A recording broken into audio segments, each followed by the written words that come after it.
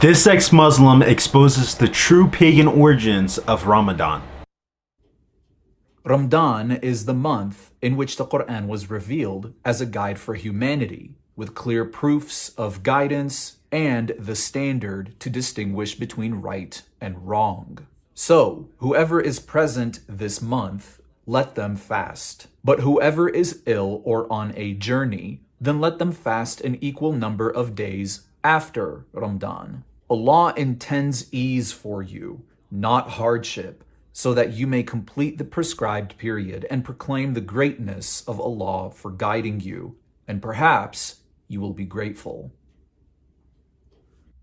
Ramadan marks the month in which the Quran was revealed to Muhammad. It's commonly known that during this month, our Muslim friends will fast from any kind of food, drink, or sexual act from the time the sun rises until it sets for one full lunar cycle.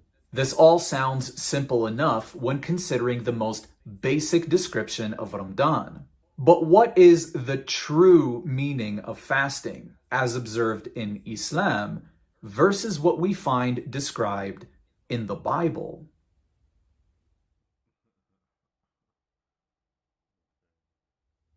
Let's start with the prophets. Ramadan is not a custom or tradition that was observed by any of the prophets that preceded Muhammad. When we compare Ramadan with the fasting observed by the people of the book, that is, the Jews and Christians, Ramadan really just becomes a rearranging of meal times as opposed to true fasting. You see, throughout the Bible, fasting is observed for various reasons. This could include repentance, requesting forgiveness of sins, mourning. It was also a way to make supplication to God, and much more. Fasting is done to deliberately seek the face and mercy of God, thus getting closer to Him. This is accomplished by abstaining from food, drinks, and all other forms of fleshly desires, not just sex. Furthermore, fasting can be done on an individual basis or in groups, and it can last as long as a day or longer as deemed necessary by the participants. When we compare true fasting to Ramadan, we find that Ramadan isn't really about abstinence or sacrifice. Instead, excessive amounts of food and drink are merely consumed during the night rather than the day. Ramadan really just shifts the times for having food, drink, and sex from daytime to nighttime during that month. This doesn't line up at all with the customs already observed by the biblical prophets. But this shouldn't be a surprise, because Allah's messenger said to me, the most beloved fasting to Allah was the fasting of the prophet David, who used to fast on alternate days. And the most beloved prayer to Allah was the prayer of David, who used to sleep for the first half of the night and pray for 1/3 of it, and again sleep for a 1/6 of it.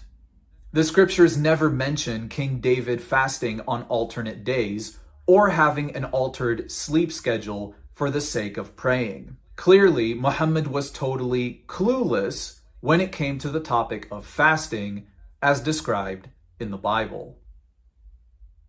Speaking of biblical prophets and the origins of fasting, let's take a look at the origins of Ramadan and how Muhammad developed his ideology of fasting in the first place. Looking back at Al-Baqarah verse 185, we are told that Ramadan is the month in which the Quran was revealed. By this logic, Muhammad should have been fasting either before or while the Quran was being revealed to him.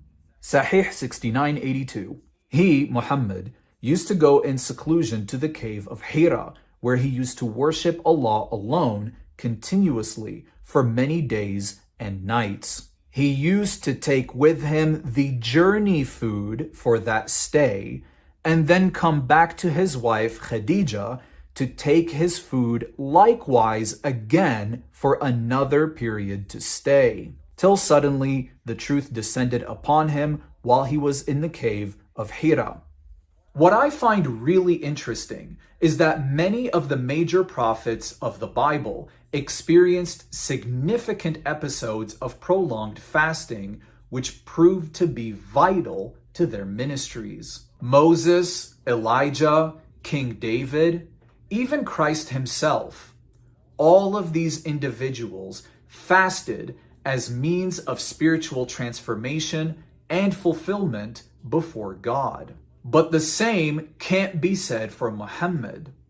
So we have to ask, when did fasting during Ramadan officially become mandatory?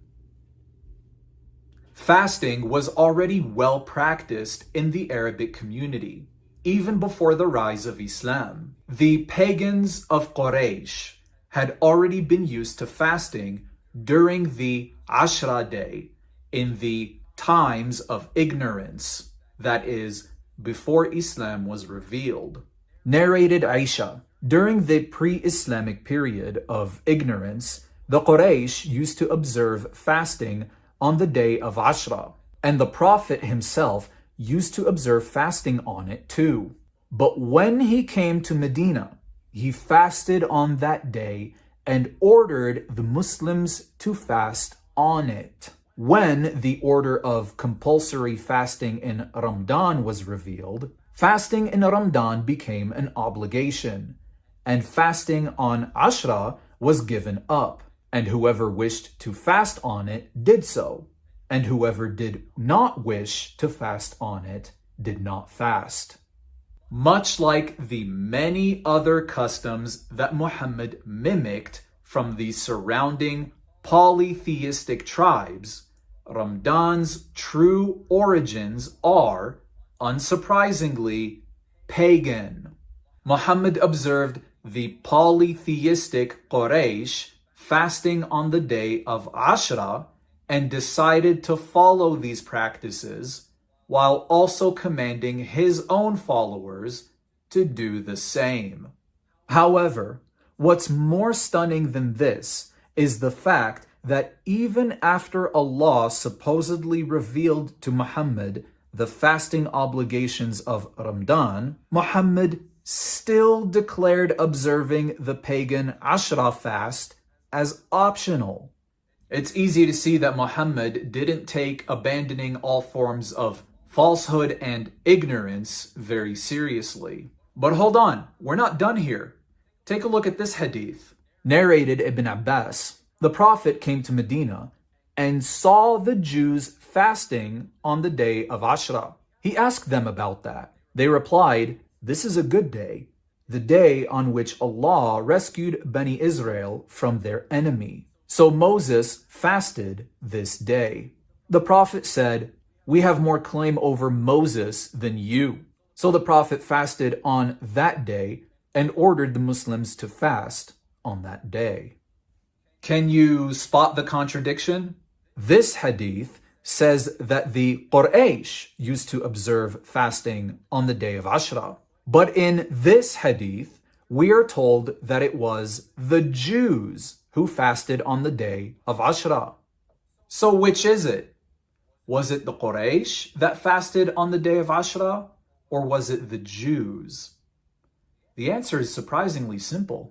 Yom Kippur, the holiest day of the Jewish calendar, takes place on the 10th day of the month Tishrei.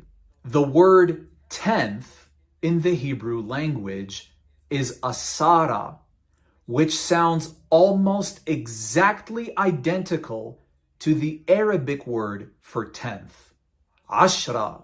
Muhammad heard that the Jews fasted on the asara of Tishrei, the 10th day of the month Tishrei. He confused that with what the pagans were doing, fasting on the Ashra of Muharram, the 10th day of the month Muharram.